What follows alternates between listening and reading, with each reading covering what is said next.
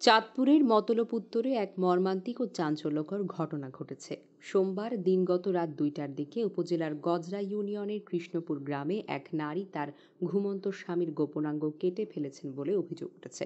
প্রায় ১ বছর আগে উজ্জ্বল ও কল্পনার বিয়ে হয়।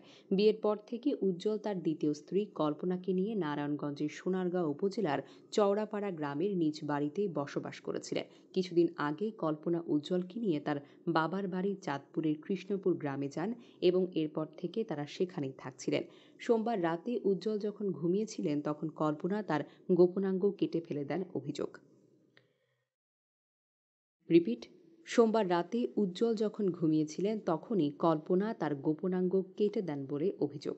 উজ্জ্বলের চিৎকারে আশেপাশের লোকজন ছুটে আসেন, তাকে রক্তাক্ত অবস্থায় দেখতে পান। পরে স্থানীয়রা উজ্জ্বলের তৃতীয় স্ত্রী ফারজানাকে ফোন করে বিষয়টি জানান। ওই রাতেই ফারজানা ঘটনাস্থলে এসে উজ্জ্বলকে উদ্ধার করে চাঁদপুর ২৫০ শয্যা বিশিষ্ট হাসপাতালে নিয়ে যান। সেখানে কর্তব্যরত চিকিৎসক প্রাথমিক চিকিৎসা দেওয়ার পর উন্নত চিকিৎসার জন্য ঢাকা মেডিকেল কলেজ হাসপাতালে রেফার করেন। এই ঘটনার পর থেকেই অভিযুক্ত স্ত্রী কল্পনা বেগম এবং তার বাবা বাবর আলী পলাতক রয়েছেন। ভুক্তভোগীর স্বামী মোহাম্মদ উজ্জ্বল নারায়ণগঞ্জ জেলার সোনারগাঁও উপজেলার চওড়াপাড়া গ্রামের শামসুজ্জামানের ছেলে। অভিযুক্ত কল্পনা বেগম উজ্জ্বলের দ্বিতীয় স্ত্রী।